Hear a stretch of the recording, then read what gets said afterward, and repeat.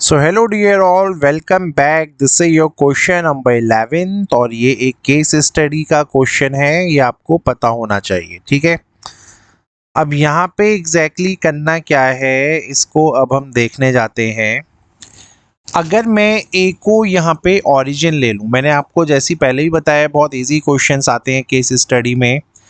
अगर ए मेरा ओरिजिन है तो जो कोऑर्डिनेट होंगे पी के वो क्या होंगे, तो मैं काउंट करता हूँ। This is 1, this is 2, this is 3, this is 4, this is 5 and this is 6। Any how ये 6 के आगे लग रहा है, तो जो इसका y कोऑर्डिनेट होगा वो तो यहाँ पे 6 दिख रहा है आपको। और वहीं अगर मैं इसका x कोऑर्डिनेट देखूँ और बिल्कुल स्ट्रेट लाइन ड्रॉ करूँ तो कहीं ना कहीं ये 4 के आसपास दिख रहा है। सो द आंसर इज 4 6, यानी ऑप्शन नंबर 1। Got it. अब वहीं पे इसका जो सेकंड और थर्ड पार्ट था, अगर उसने बोला अगर मैंने सी को ओरिजिन कंसीडर किया, सो लेट्स से अगर आपने सी को ही ओरिजिन कंसीडर किया है तो यहाँ पे क्या होगा। अब काफ़ी लोग सोच रहे होंगे सर ये तो माइनस भी हो सकता है, क्योंकि ये तो ऐसे चलता है, तो अगर ये ओरिजिन है तो नीचे तो माइनस माइनस होना चाहिए। But as per the options, क्योंकि यहाँ सारे पॉजिटिव हैं, ठीक है, तो हम डाउनवर्ड को भी पॉजिटिव ही एज्यूम कर लेते हैं, क्योंकि फिगर यहाँ पे एक ही है। तो ये हो जाएगा आपका 1 2 3 4 5 6 7 8 9 और 10, ठीक है।